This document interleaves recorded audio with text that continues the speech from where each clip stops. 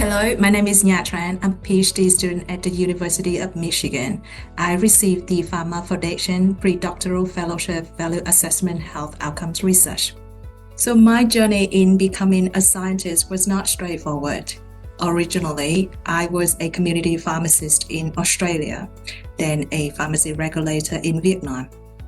While working with the hospital staff and reviewing clinical data, I observed a troubling gap between health policies, clinical guidelines, and the actual clinical practice.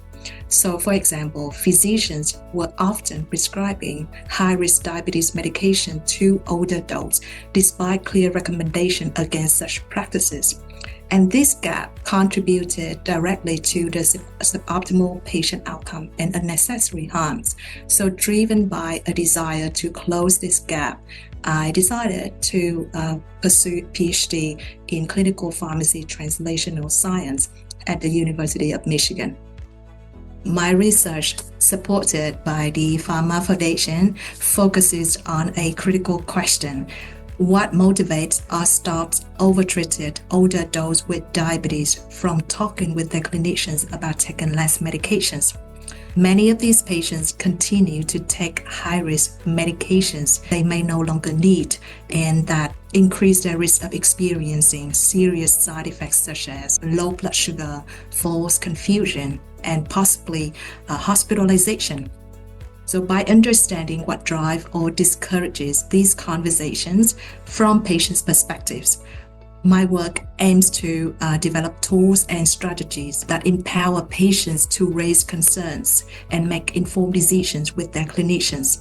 This matters now more than ever because the number of older adults with diabetes in the US is expected to double in the coming decades.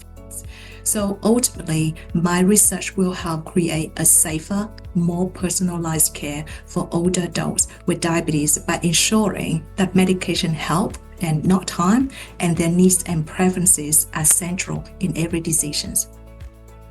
On a personal level, I often talk with my mom, who has lived with type 2 diabetes for over 25 years. So I used to manage her medications, and now my dad has taken over that responsibility, and my mom experienced overtreatment. So the conversations with my mom is a powerful reminder of why I'm committed to this research. And overtreatment isn't just my mom's story. It's nearly half of the 6.5 million older adults with diabetes in the US are overtreated with medications.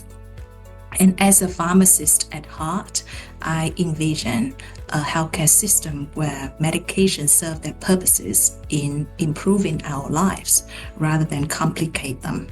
A standout moment in my journey was being selected as a 2025 RADCOM Keynote speaker, a TED Talk event for graduate students at the University of Michigan. I felt a strong calling to share my research beyond academic circles, and I wanted to connect with the audience on a personal level. So I took a risk. I opened with a true story about my mom and my nephew that involved a bit of humor, and I worried that the joke wouldn't land. So to my surprise and great relief, it worked.